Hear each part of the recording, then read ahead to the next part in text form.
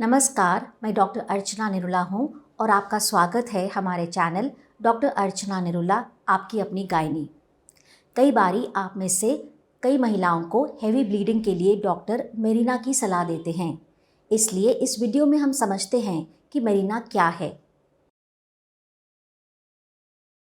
सबसे पहले हम ये जान लेते हैं कि हेवी ब्लीडिंग क्या है।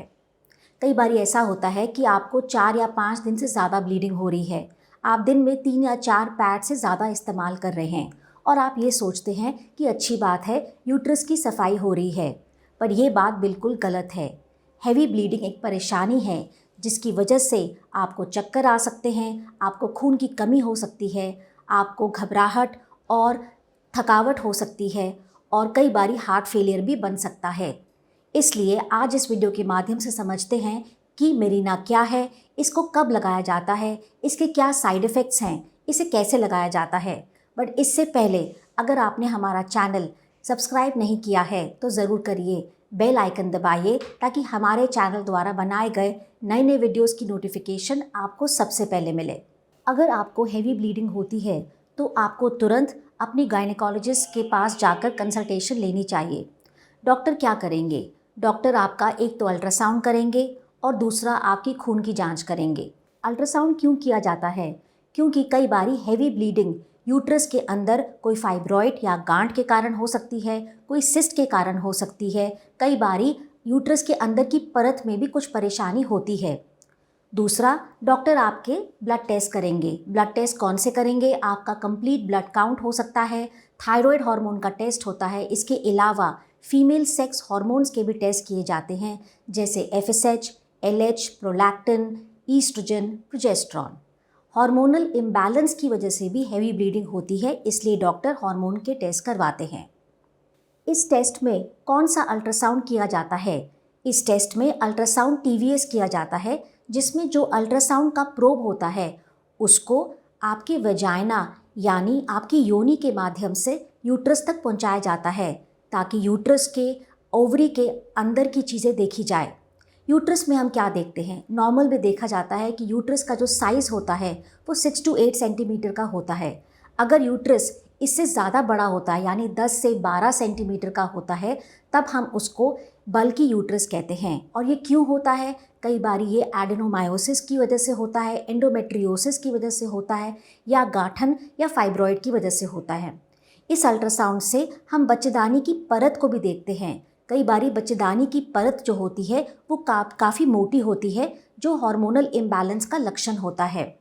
इसके अलावा इस अल्ट्रासाउंड से हम ओवरीज़ की भी जांच करते हैं क्योंकि कई बारी ओवरी में भी सिस्ट होती है जिसकी वजह से हेवी ब्लीडिंग होती है। अगर जांच के दौरान ये पता लगता है कि आपके यूट्रस में कोई भी फाइब्रॉइड, कोई पॉलिप, कोई एडेनोमायोसिस यानी बच्चेदानी की सूजन, कोई एंडोमेट्रियोसिस की परेशानी नहीं है, केवल और केवल आपको हार्मोनल इम्बैलेंस है जिसकी वजह से आपका यूट्रस का साइज़ जो है 10 सेंटीमीटर से ऊपर हो गया है, तो इस परेशानी को सॉल्व करने का सबसे अच्छा तरीका है मेरिना। मेरिना क्या है? मेरिना एक छोटा सा उपकरण है जो आपको सर्जरी से बचा सकता है। मेरिना लगाने से आपको क्या फ़ायदे होते हैं? चलो इसकी बात करते हैं। सबसे पहले, जब भी आपको पीरियड्स के दौरान हेवी ब्लीडिंग हो रही है जिसकी वजह से खून की कमी यानी अनीमिया हो रहा है, तो मेरिना लगाने से आप इस परेशानी से बच सकते हैं। दूसरा, एक परेशानी होती है एंडोमेट्रियोसिस। एंडोमेट्रियोसिस में ब्लीडिंग भी तेज़ होती है और पीरियड्स के समय बहुत ज़्यादा दर्द होता है, जो कई बारी महिलाओं के लिए एक परेशानी की बात होती है। अगर आप मेरिना डलवा लेते हैं तो एंडोमेट्रियोसिस की महिलाओं में ब्लीडिंग भी कम हो जाती है और दर्द भी कम हो जाती है।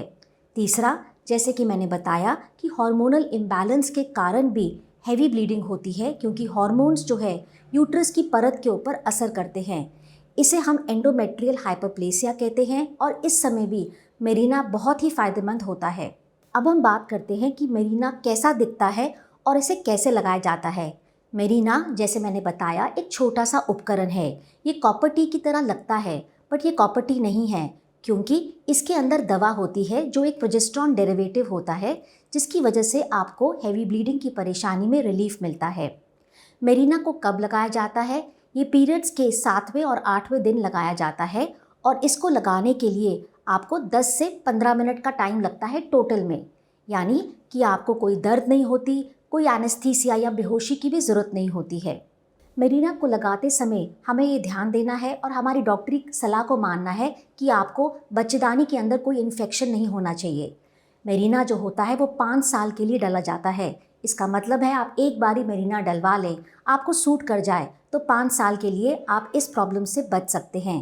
5 साल के बाद आपको डॉक्टर के पास दोबारा जाना है और अपना मेरिना बदलवाना है। बट याद रहे, बीच बीच में हर 6 से 8 महीने के बाद आपको डॉक्टर को एक बारी चेकअप ज़रूर करवा लेना चाहिए। आखिरी में एक और बात भी करनी है कि मेरिना डलने से आपका गर्भ भी नहीं ठहरता, यानी इससे आपका बच्चा नहीं ठहरता। और मेरिना अगर 5 साल तक डल जाता है तो ये एक अच्छा कॉन्ट्रासेप्टिव मेथड भी है। अगर आपके डॉक्टर को लगता है कि आपको हैवी ब्लीडिंग है जो हार्मोन्स की वजह से हो रही है, तो डॉक्टर आपको मेरिना की सलाह देंगे। ज़्यादातर महिलाओं को मेरिना सूट कर जाता है और आप सर्जरी से बच सकते हैं। बट फिर भी कई बारी, जैसे हमने देखा है कि 15% ऐसे मरीज़ होते हैं जिनको मेरिना सूट नहीं करता है। तब इस स्थिति में डॉक्टर आपको सर्जरी, यानी यूट्रस को रिमूव करने की सर्जरी, जिसे हम हिस्टेक्टमी कहते हैं, उसकी सलाह देते हैं। मेरिना को लगाने के कुछ साइड इफ़ेक्ट्स होते हैं जो मुझे आपको बताना चाहिए। सबसे पहले, मेरिना लगाने के बाद आपके पीरियड्स जो हैं हल्के पड़ जाते हैं। कई बारी आपके पीरियड्स मिस भी हो जाते हैं, यानी 2 या 3 महीने के बाद आपके पीरियड्स आने स्टार्ट होते हैं। और कई बारी ऐसा भी होता है कि मेरिना डलने के बाद आपको पीरियड्स के बीच बीच में स्पॉटिंग भी होती है। तो देखा गया है कि छोटे मोटे साइड इफ़ेक्ट्स तो होते ही हैं, बट अगर हम बड़े रूप में देखें, टोटलिटी में देखें, तो मेरिना लगाने से आपको बहुत फ़ायदा होगा। आप पीरियड्स के समय हैवी ब्लीडिंग, बहुत सारी पेन, इन सब से बच सकते हैं अगर आप अपने डॉक्टर की सलाह लेकर मेरिना को 5 साल के लिए डलवा लें। आशा करती हूँ कि आपको इस वीडियो से ज़रूर लाभ हुआ होगा। अगर आपको मेरिना से संबंधित कोई भी सवाल पूछने हैं तो आप कमेंट बॉक्स में ज़रूर पूछिए, हम आपकी मदद ज़रूर करेंगे। आखिर में मैं कहना चाहती हूँ कि अपनी हेल्थ के बारे में जागरूक रहिए, अपने जीवन को सुरक्षित बनाइए, तभी तो हेल्दी बनेगा इंडिया। नमस्कार।